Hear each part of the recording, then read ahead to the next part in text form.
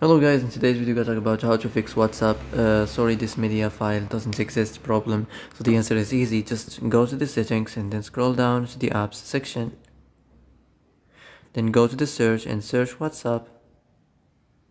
And then go to the storage, and here you will find this clear cache option. Click on it. Now you can go check it if it worked. If it didn't, you can try to restart your phone, or maybe turn on the airplane mode and off, or the browsers on and off. And if it didn't work again, maybe try to clear data, but be careful. If you clear data, all the files and all the messages and the databases and the media will be deleted, so be careful if you want to clear your data.